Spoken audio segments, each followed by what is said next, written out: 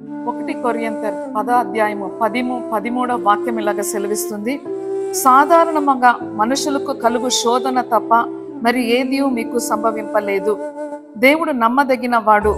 మీరు సహింపగలిగినంత కంటే ఎక్కువగా ఆయన మిమ్మును శోధింపబడనీయుడు.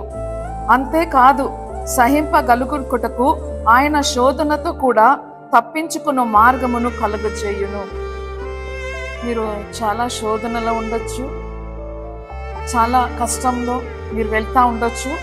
దేవుడు వాక్యం చదివిస్తుంది, మీకు ఎంత మీరు శ్రమని, ఆ శోధనని ఎంత మీరు సహించుకుంటారో అంతే దేవుడు ఇస్తారంట. మీకు ఎంత అవుతుందో దేవుడికి తెలుసు.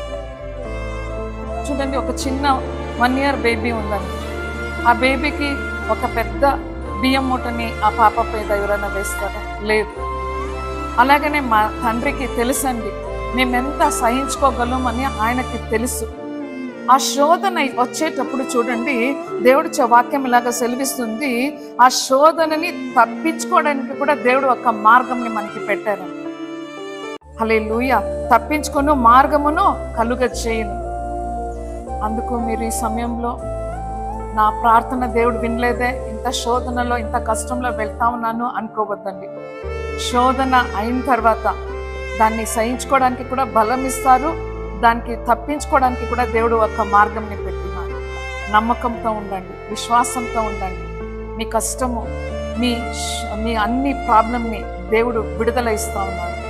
దేవుడు మిమ్మల్ని దీవించుగాక. ఈ ప్రార్థన విజ్ఞాపనల కొరకు స్క్రీన్లో కనిపిస్తున్న నంబర్కి కాల్ చేయండి. మీ కొరకు ప్రార్థన వీరులు ప్రార్థన చేస్తారు.